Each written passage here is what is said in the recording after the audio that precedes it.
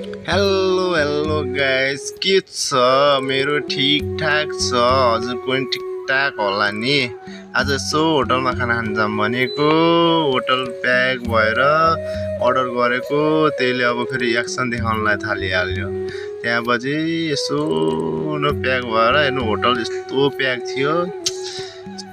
थियो भने चाहिँ अब अर्डर गरेको आधा घन्टापछि 1 घन्टापछि रोटी आउला थियो। हाम्रो नि पाएर रोटी आइसक्यो टक्क पारेर अनि साथीले चाहिँ आउँदा हतारमा लम हालेर खाएँ। म पनि के कमी भनेर त अनि मलाई पनि देखाउँदा भने मैले लम हालेर क्या बबाल थियो है। मैले त खाँदा उ गरेर चाहिँ साथीले चाहिँ खाइसिँदाले चाहिँ फेरि अर्डर गर्यो रोटी। अर्डर गरेर फेरि साथीले चाहिँ फेरि लम कि लम खाएर पनि भ्यायो। अब खाइसक्यो त पैसा तिर्नु पर्यो। अब एटिएम कार्ड उ गरौँ भने हुन्न भनिदियो। अब के गरेँ अनि ल त ठिक छ मोबाइलदेखि स्क्यान गर्छु भनेको साथीले फेरि त पैसा हाल्ने त पिन नम्बरै भुलिदियो रहेछ। त्यहाँपछि अब के गर्ने तपाईँलाई हतारमा साथीलाई बोलाएँ। साथी आएर पैसा तिर्ला भनेको त दाँत देखाउँछ।